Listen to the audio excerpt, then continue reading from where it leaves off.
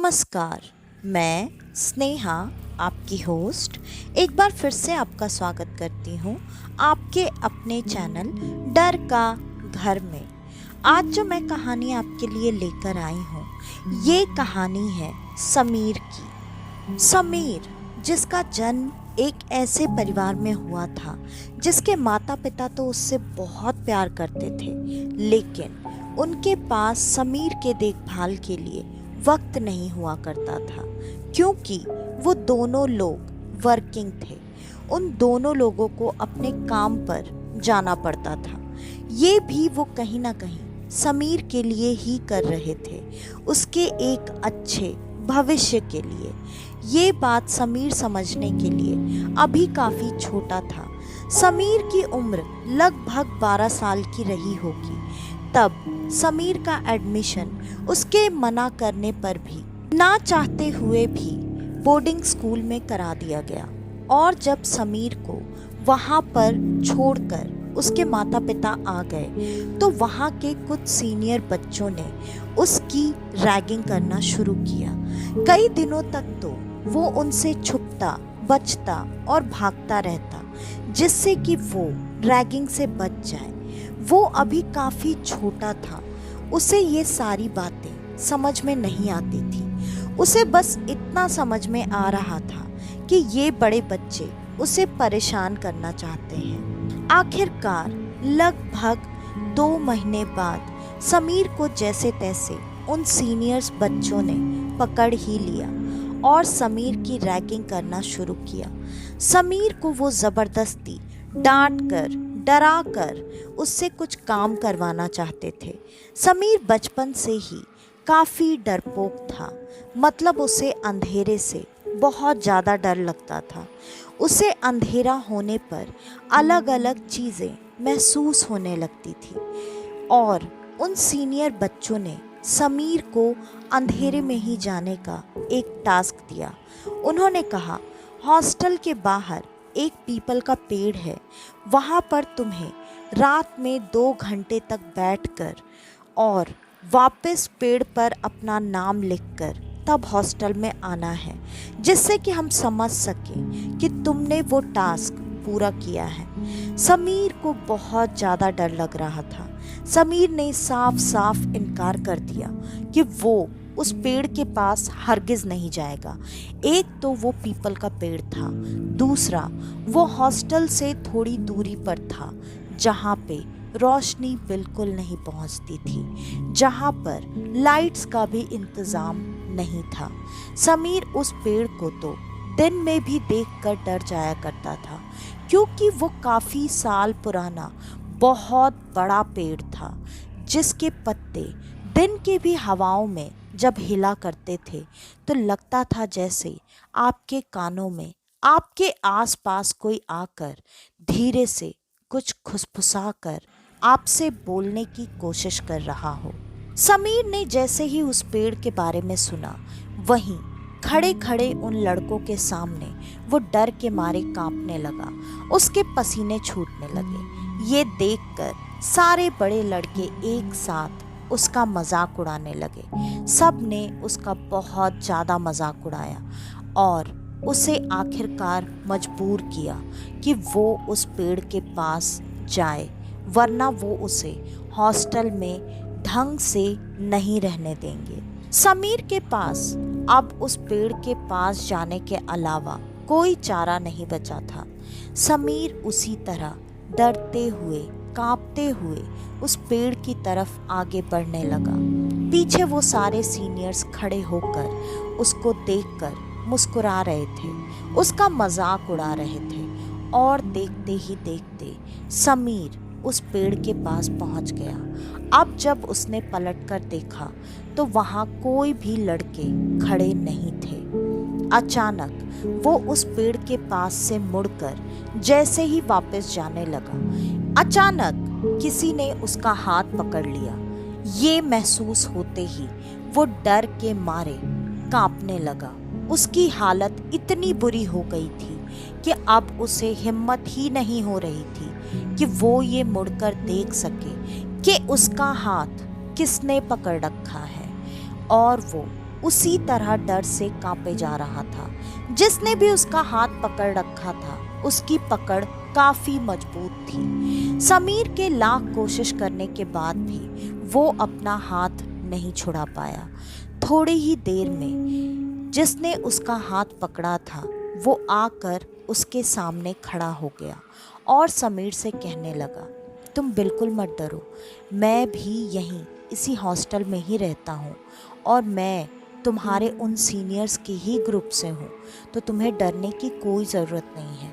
इन्होंने ये रैगिंग मेरे साथ भी की थी, ये सबके साथ ऐसा ही करते हैं, तुम बिल्कुल चिंता मत करो, मैं यहाँ हूँ तुम्हारे साथ और किसी को भी कुछ भी पता नहीं चलेगा।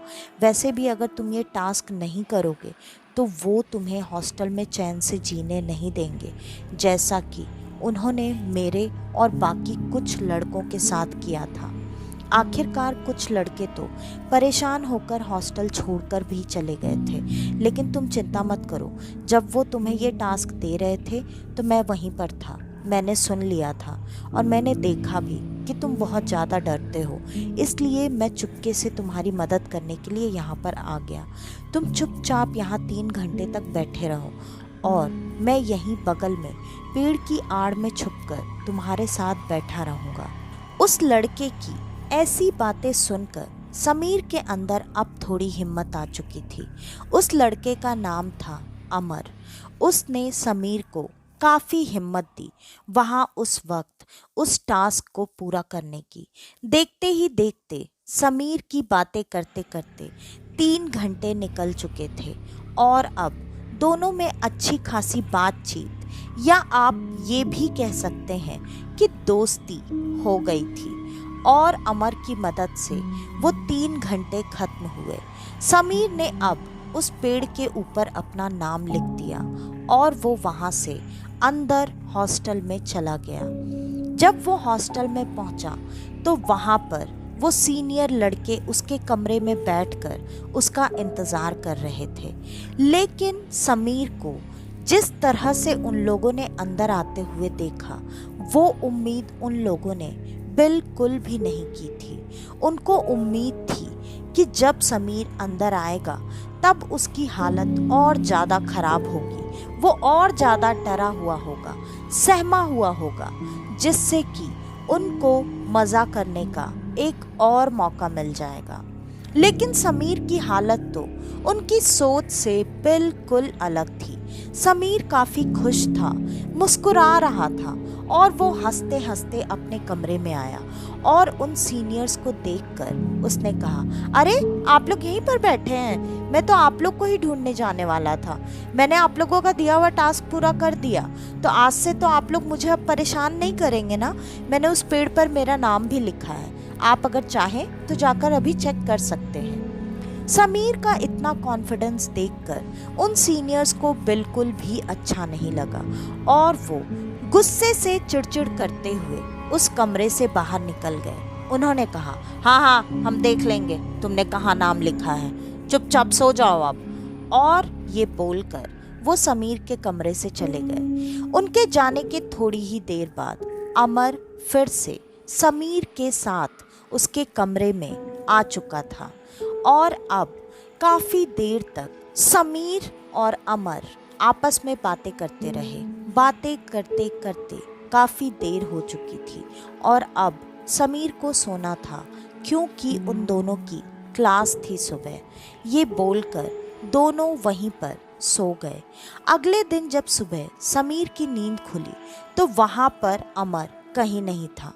अमर ने जो अपना क्लास बताया था, समीर ने सोचा कि मैं लंच के टाइम पर अमर के क्लास में जाऊंगा और जाकर हम दोनों साथ में ही लंच करेंगे, क्योंकि 2 महीने बीतने के बाद भी समीर की दोस्ती यहाँ हॉस्टल में ना तो क्लास में किसी से भी नहीं हो पाई थी। अमर पहला लड़का था जिससे कि समीर इतनी जल्दी इतना करीब आ गया था। अब उसके लिए अमर और उसकी दोस्ती बहुत मायने रखती थी। अक्सर दोनों साथ में बैठते, साथ में काफ़ी समय बिताया करते, साथ में पढ़ाई करते। उन दोनों का सब कुछ अब साथ में ही होने लगा था।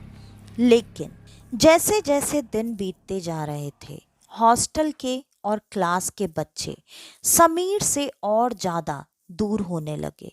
वो समीर को देखकर पागल पागल बोलकर चिढ़ाने लगे थे। ये बात क्यों हो रही थी, समीर को कुछ भी समझ में नहीं आ रहा था। समीर को अब इन बातों से कोई खास फर्क भी नहीं पड़ता था। लेकिन ये चीज़ अमर को अच्छी नहीं लगती थी। अमर ने समीर से कहा, मैं इन सारे बच्चों को छोड़ूंगा नहीं। ये तुम्हें ऐसा बोलकर अच्छा नहीं कर रहे। मुझे ये बिल्कुल नहीं पसंद कि मेरे दोस्त के साथ कोई भी कैसी भी गलत हरकत करे। लेकिन समीर स्वभाव से काफ़ी शांत लड़का था, इसलिए वो सबको हमेशा समझाकर चुप करवाने की ही कोशिश करता था। वही कोशिश वो अमर के भी साथ किया करता था और अमर भी उसकी बातों से शांत हो जाया करता था। और जैसे तैसे लगभग 2 से 3 महीने और निकल गए। अब इनकी परीक्षाएं शुरू हो चुकी थी। समीर ने अपना पेपर बहुत अच्छे से दिया क्योंकि अमर ने पढ़ाई में उसकी काफ़ी हेल्प की थी। परीक्षाएं खत्म होने के बाद कुछ दिनों की छुट्टियां हो रही थीं, जिसमें सारे बच्चे अपने अपने घर जा रहे थे और समीर को भी अब अपने घर जाना था। समीर ने ये बात अमर को बताई। अमर को ये बिल्कुल अच्छा नहीं लगा क्योंकि अमर अपने घर नहीं जा रहा था। समीर ने कहा, तुम क्यों नहीं मेरे साथ मेरे घर चलते हो? हम दोनों कुछ दिन में वापस आ जाएंगे। अमर ये सुनकर काफ़ी खुश हुआ और वो तुरंत ही समीर के घर उसके साथ जाने के लिए तैयार हो गया। अब जब समीर अपने घर पर आ गया था तो समीर को किसी और के साथ देखकर उसके माता पिता ने उसके बारे में पूछा। समीर ने शुरू से लेके अब तक की सारी बातें माता पिता को बता दी कि अमर कौन है, उसे कैसे मिला, उसने उसकी किस किस चीज़ों में और कैसे कितनी हेल्प की है। माता पिता भी काफ़ी खुश हुए। उन्होंने दोनों बच्चों का बहुत प्यार से स्वागत किया। आज माता पिता ने छुट्टी ले ली थी क्योंकि इतने समय बाद उनका बेटा घर वापस आ रहा था। सब लोग घर पर ही साथ में वक्त बिता रहे थे। लेकिन जब घर पर टीवी चल रहा था, अमर ने कहा उसे नींद आ रही है और उसे टीवी नहीं देखना, वो सोने जा रहा है। लेकिन समीर ने कहा उसे टीवी देखना है और ये सुनकर अमर काफ़ी गुस्सा हुआ और वो गुस्से में तमतमाता हुआ कमरे में अंदर चला गया। ये बात समीर की माँ को काफ़ी अजीब लगी। उन्होंने कहा, बेटा अगर उसे नहीं देखना टीवी, उसे नींद आ रही है, तो इसमें गुस्सा होने वाली बात क्या है? तुम तो इसके बारे में काफ़ी अच्छी अच्छी बातें बता रहे थे, लेकिन ये तो इतनी छोटी सी बात पर तुमसे चिढ़ रहा है। समीर ने मुस्कुराते हुए कहा, हाँ मम्मा, वो हम दोनों बहुत ज़्यादा क्लोज़ फ्रेंड बन गए हैं ना, तो हम दोनों को एक साथ ही सारी चीज़ें करने की आदत हो गई है। और ऐसा होता है कि अगर मैं किसी चीज़ के लिए मना कर देता हूँ ना, तो अमर गुस्सा हो जाता है। लेकिन कोई बात नहीं, वो दिल का बहुत अच्छा है और उसने मुझे बहुत हेल्प की है। मैंने तो आप लोगों को बताया ही ना। फिर समीर की बात सुनकर माता पिता ने भी इन सारी बातों को थोड़ी देर के लिए अनदेखा कर दिया और जैसे जैसे उनकी छुट्टियों के दिन बीत रहे थे, वैसे वैसे अब अमर ने एक अलग ही डिमांड समीर के आगे रखी। उसने कहा कि उसे अब हॉस्टल वापस नहीं जाना है, उसे यहीं पर समीर के साथ रहना है। लेकिन समीर ने अमर को सारी बातें बताईं और समझाईं। उसने कहा उसके माता पिता दोनों वर्किंग हैं, उनके पास समय नहीं रहता कि वो समीर का देखभाल कर सके, इसलिए उन लोगों ने समीर को हॉस्टल में डाला था। इस पर अमर ने कहा, मैं रखूँगा तुम्हारा ख्याल, मैं तो हूँ ना यहाँ तुम्हारे साथ तुम्हारा ध्यान रखने के लिए, तो क्यों तुम्हारे मम्मी पापा ऐसे कर रहे हैं? इस पर समीर मुस्कुराकर कहने लगा, अरे ऐसा थोड़ी होता है, तुम्हारे भी तो मम्मी पापा तुमको ढूंढेंगे ना कि तुम कहाँ चले गए। उन्होंने तुमको पढ़ने के लिए वहाँ पे डाला है और तुम यहाँ पर मेरे साथ रहने की बात कर रहे हो। फिर से अमर ये बातें सुनकर काफ़ी गुस्सा हो चुका था। अचानक से दरवाजे की डोर बेल बजी और समीर की माँ ने दरवाज़ा खोला। उन्होंने जैसे ही दरवाज़ा खोला, वहाँ सामने गुरुजी खड़े थे। ये इनके घर के गुरु थे, जो कि यहाँ इस परिवार में जो भी पूजा पाठ, शुभ कार्य या फिर दीक्षा, सब कुछ उन्होंने ही करवाई थी। इन पर माता पिता दोनों का बहुत ज़्यादा विश्वास था, क्योंकि हमेशा उनकी बताई हुई चीज़ें, उनके बताए हुए उपाय इस पूरे परिवार के बहुत काम आया था। या आप यूँ भी कह सकते हैं कि आज समीर के माता पिता अपने काम में, पैसों में जिन ऊंचाइयों को छू रहे हैं, वो सब इन्हीं गुरुजी के बदौलत थी। उनके घर में प्रवेश करते ही तुरंत अमर अपने कमरे में अंदर चला गया और माँ ने समीर को आवाज़ देकर गुरुजी का आशीर्वाद लेने के लिए कहा। समीर भी गुरुजी को बहुत अच्छे से जानता था, इसलिए गुरुजी से लिपट कर उनको प्रणाम कह के उनसे बातें करने लगा। और गुरुजी जब घर में दाखिल हुए, तब उन्हें किसी अलग सी एनर्जी का एहसास होने लगा। वो थोड़ी देर के लिए दरवाजे पर ही रुककर इधर उधर नज़र दौड़ाने लगे। फिर समीर की माँ ने पूछा, क्या बात है गुरुजी, आप कुछ प्रॉब्लम है क्या? आप ऐसे क्यों देख रहे हैं घर को? किसी चीज़ में कोई तकलीफ़ है क्या? गुरुजी ने उस समय किसी बात को ना बताते हुए चुपचाप अंदर आना सही समझा। गुरुजी अंदर आ चुके थे।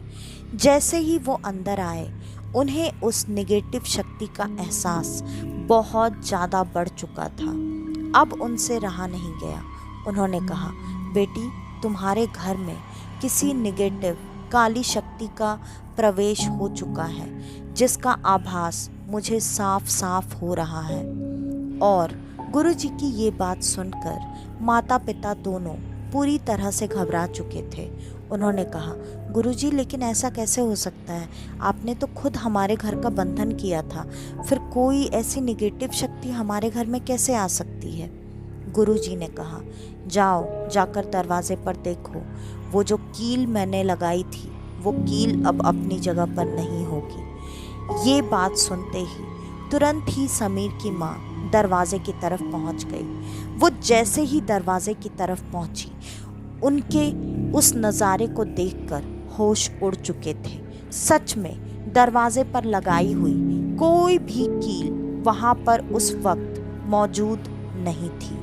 वो तुरंत भागती हुई अंदर आई और गुरुजी से कहने लगी, गुरुजी, आपने बिल्कुल सही कहा, वहाँ दरवाजे पर कोई भी कील नहीं है और मैंने आसपास भी देखने की कोशिश की, लेकिन नीचे भी मुझे ज़मीन पर कहीं कोई कील नहीं दिखी।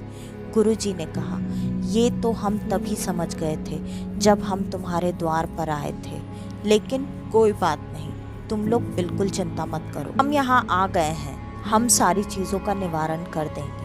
और थोड़ी ही देर में गुरुजी ने कहा कि हम एक छोटी सी पूजा रख कर देखते हैं, अगर कोई आम सी शक्ति होगी तो वो अपने आप इस पूजा के बाद चली जाएगी। समीर के माता पिता ने भी किसी भी चीज़ से कोई ऑब्जेक्शन नहीं उठाया। गुरुजी ने जिस जिस सामग्री की मांग की, उन लोगों ने तुरंत उन सारी सामग्रियों का इंतज़ाम कर दिया। गुरुजी पूजा करने बैठ चुके थे। जैसे ही गुरुजी के पूजा शुरू किए हुए मुश्किल से 10 मिनट ही बीते होंगे, जिस कमरे में अमर ने खुद को बंद किया था, उस कमरे से अजीब अजीब सी आवाज़ें आने लगीं। वो आवाज़ें सुनते ही गुरुजी ने तुरंत अपनी पूजा रोक दी और समीर की माँ से पूछने लगे, उस कमरे में क्या है? कौन है उस कमरे में? ऐसी आवाज़ें क्यों आ रही हैं? समीर की माँ ने कहा, अरे गुरुजी, वहाँ पर समीर का दोस्त है जो उसके साथ हॉस्टल से आया है, उसका नाम है अमर। ये बात सुनते ही गुरुजी ने तुरंत अपने जगह से उठकर खड़े होते हुए अपने हाथ में कुछ भभूत, एक रुद्राक्ष की माला और गंगा जल उठा लिया और वो उस कमरे की तरफ बढ़ने लगे। जैसे जैसे गुरुजी उस कमरे की तरफ बढ़ रहे थे, वैसे वैसे उस कमरे से वो अजीब सी आवाज़ आना बढ़ चुकी थी और गुरुजी लगातार मंत्रों का जाप कर रहे थे। जैसे ही गुरुजी ने उस कमरे को खोला, उस कमरे का नज़ारा पूरी तरह से बदला हुआ था। सारा सामान इधर से उधर किसी ने उठाकर लग रहा था जैसे फेंक दिया है और एक कमरे में अमर अपने दोनों कानों पर हाथ रखकर चुपचाप बैठा हुआ था। जैसे ही गुरुजी ने दरवाज़ा खोला, अमर गुस्से से चिल्लाने लगा और उसके चीखते ही कमरे का सामान फिर से हवा में इधर उधर तैरते हुए होने लगा। ये नज़ारा देखकर समीर, उसके माता पिता दोनों पूरी तरह से घबरा चुके थे।